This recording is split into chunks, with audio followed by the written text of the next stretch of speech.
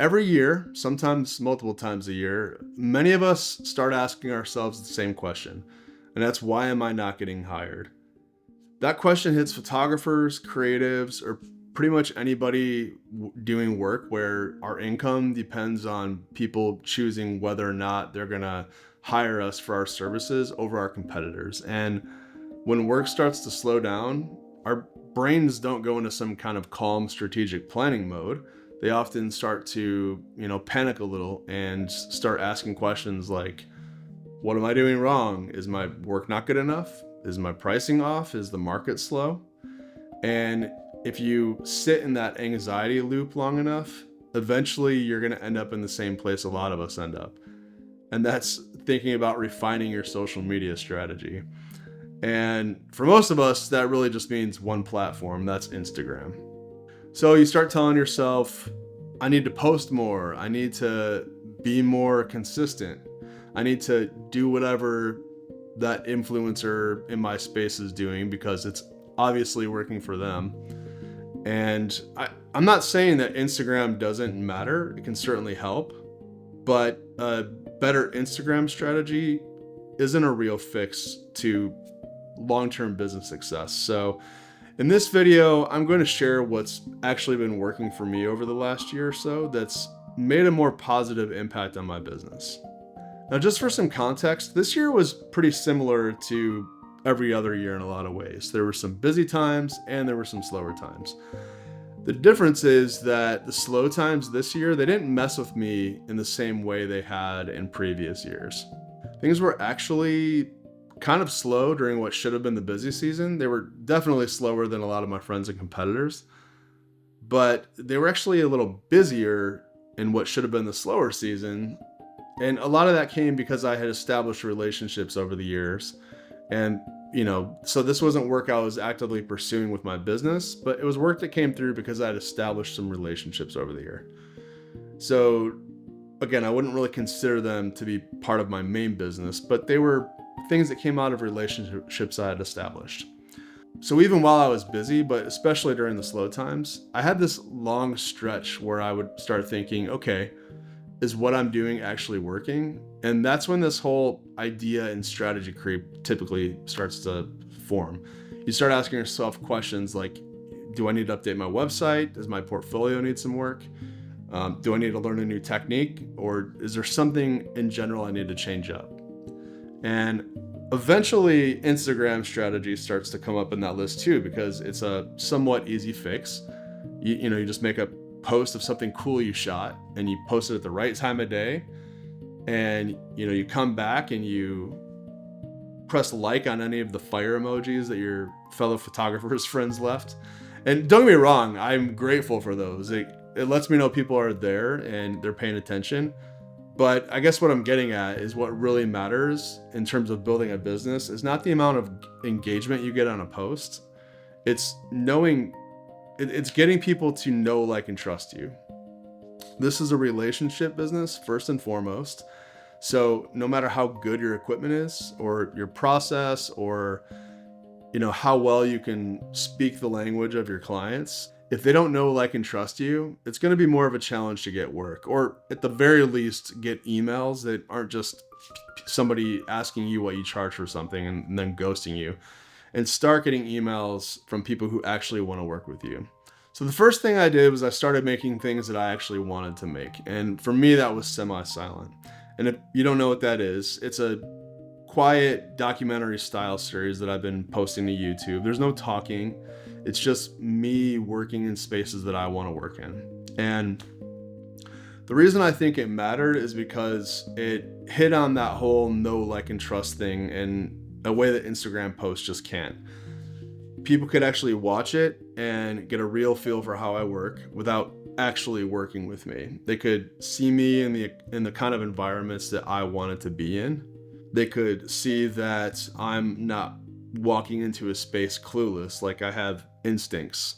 I know what I'm looking for and I can make decisions as I go along. And I shot all these myself. I didn't have anyone on location, directing me or telling me what to do. It also showed the messy parts, which I actually think helps. Like, For those of you who watched it, you may remember there's one, it's actually the first one, where I'm trying to lay out a throw blanket over a bed. And I did probably like 10 or 12 different takes because I just couldn't get it to look right. And what's funny is I show all the photos that finished at the end, and I didn't even end up using any of the ones with the blankets in the final photo. But that moment, it shows a few things. It shows that I'm not only trying to show perfection, I'm willing to keep trying things until they're right. And a lot of things are just trial and error. And when you know what you're doing, you're not always going to get it right, but you know what you need to do to get it right, if that makes sense.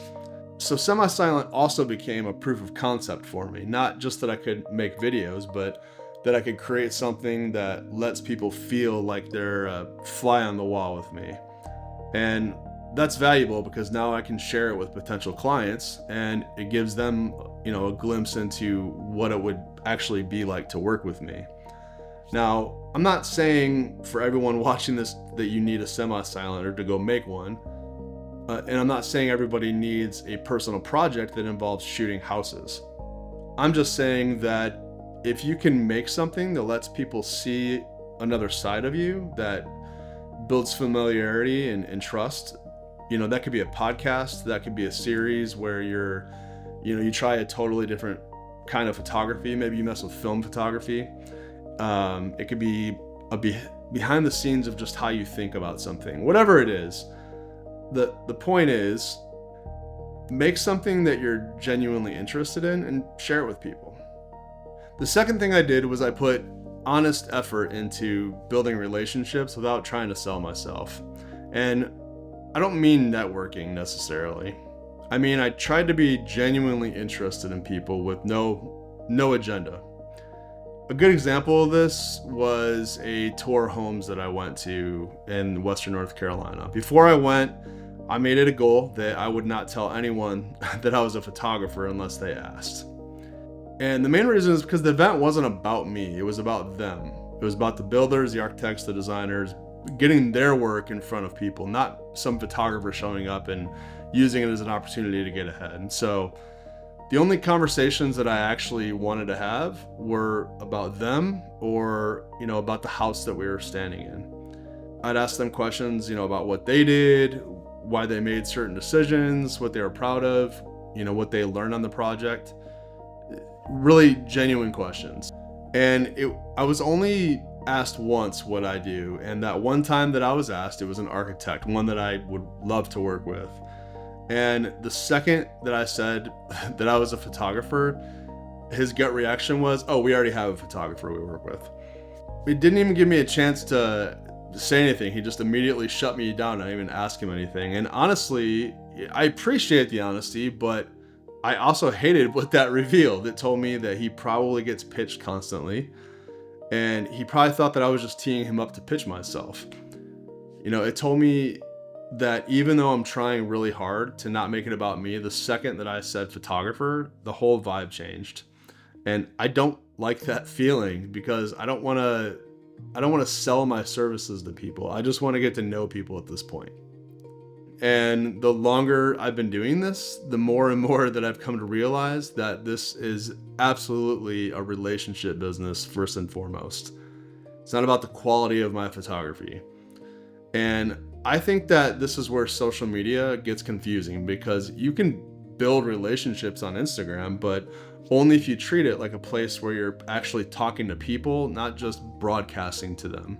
So yes, this includes comments and DMs, but they have to be genuine. Leaving a couple fire emojis, even though I'm guilty of it too, it doesn't move the needle on relationship building because most of the time you're just going to get back the exact same thing. You're going to get another emoji or you're going to get a like. And that's not a relationship. That's just noise. It's just a transactional thing. So what actually helps is when you comment or message someone in a way that makes it easy for them to respond like a real person.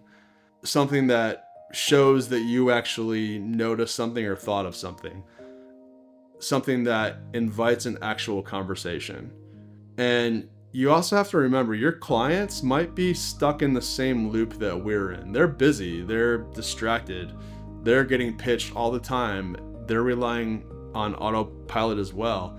And they're also trying to market themselves. So they're not thinking about you, they're thinking about their clients. So if you want genuine connections, sometimes you have to be the one who sets that tone first.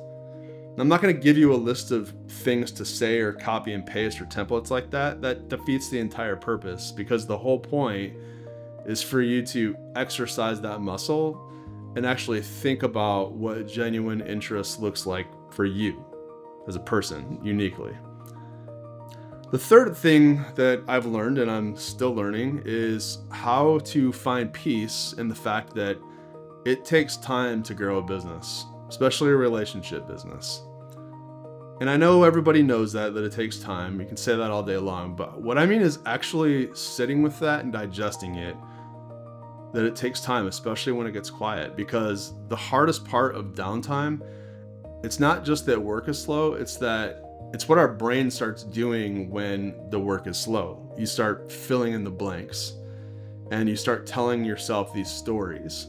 And part of what helped is the realization that, I've only been doing this for like 3 years in this market. And most people don't know me. Sure, they might follow me or we've interacted somewhere, but that's not the same as trust. So ask yourself, how long have you been doing this in your market? How many people actually know you? In my case, there's probably less than 5 clients or potential clients in my market where I've actually had a good working experience with them, or where it feels like there's actual momentum, or they're even proactive about interacting with me. And when you say that out loud, it kind of changes the story. It puts things into perspective. Because then it's like, okay, maybe I'm not failing. Maybe I'm just early. So instead of trying to strategize my way out of the discomfort, I'm trying to learn how to sit in it without panicking and realizing, hey, I'm still early in this. I don't have enough relationships. To embrace that quiet is part of the job. And yeah, I'm going to keep doing things to grow, but I want those things to be aligned with me. I don't want them to be driven by fear. I don't want them to be some shallow Instagram strategy just because that's what everybody's doing. Because at the end of the day, you can't force this stuff. You can do the right things. You can stay engaged. You can keep making work, but you can't rush people into trusting you. So here's the point of all of this. When work gets slow, it's really easy to start assuming that the solution is some new strategy.